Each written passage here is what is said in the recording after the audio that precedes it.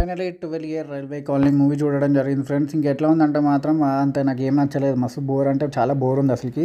అసలు స్టోరీ అనేది చక్కగా అర్థం కాదు. ఏదో ఇంటర్వెల్కి అప్పుడు స్టోరీ ఏందో రివీల్ చేస్తారనమాట. అప్పటిదాకా మొత్తం సినిమా ఫస్ట్ హాఫ్ అంతా బోరింగ్గా ఏదో సాంగ్స్ ర్యాండమ్లో సాంగ్స్ లవ్ స్టోరీ అది ఇది అని చెప్పి మొత్తం ఇంటర్వెల్ ఫస్ట్ హాఫ్ అంతా ల్యాగ్ చేస్తారు. అసలుకి కొంచెం కూడా ఇంట్రెస్టింగ్ ఏమి ఉండదు.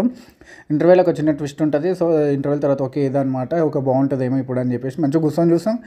ఇంటర్వెల్ తర్వాత కూడా సేమ్ అసలుకి కొంచెం కూడా ఇంట్రెస్ట్ అనిపించే సీన్స్ ఉండవు, ఏది ఉండదు అనమాట. అసలుకి ఏం జరుగుతుందో కూడా చక్కగా అర్థం కాదు.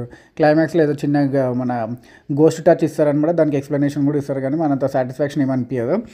అసలుకి ఈ సినిమాలో పాజిటివ్స్ విషయానికి వస్తే మాత్రం అసలుకి పాజిటివ్స్ ఏం లేవు చక్కగా.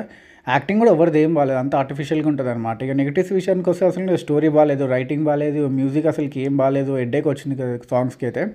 అసలుకి ఏం లేదు సినిమాలో. అసలుకి అనవసరంగా పోయి టైం వేస్ట్ తప్ప అసలుకి ఏం లేదు. యాక్చువల్గా ఏదైనా సినిమా కొంచెం బాగున్నా నేను ఓకే వెళ్ళి చూడండి ఇట్లా అని చెప్పేది ఉన్నాయి కానీ అసలుకి ఈ సినిమాలో ఏం లేదు అసలుకి వెళ్ళి చూడడానికి కూడా.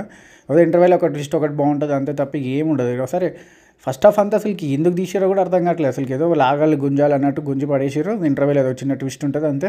ఆ ట్విస్ట్ ఒకటి కొంచెం ఇంట్రెస్ట్గా అనిపిస్తుంది. ఆ ట్విస్ట్ బాగుంది, ఇంటర్వెల్ తర్వాత ఏమైనా బాగుంటుంది అంటే అసలుకి ఇంటర్వెల్ తర్వాత మొత్తం ల్యాగ్, కొంచెం ఇంట్రెస్ట్ అనిపించే సీన్స్ ఉండవు, ఇన్వెస్టిగేషన్ బాగుంటుంది, ఏది బాగుంటుంది అసలుకి. అసలు సినిమాలో పాజిటివ్స్ అనేది అసలుకి ఏడ తట్టని కూడా తట్టవు అనమాట.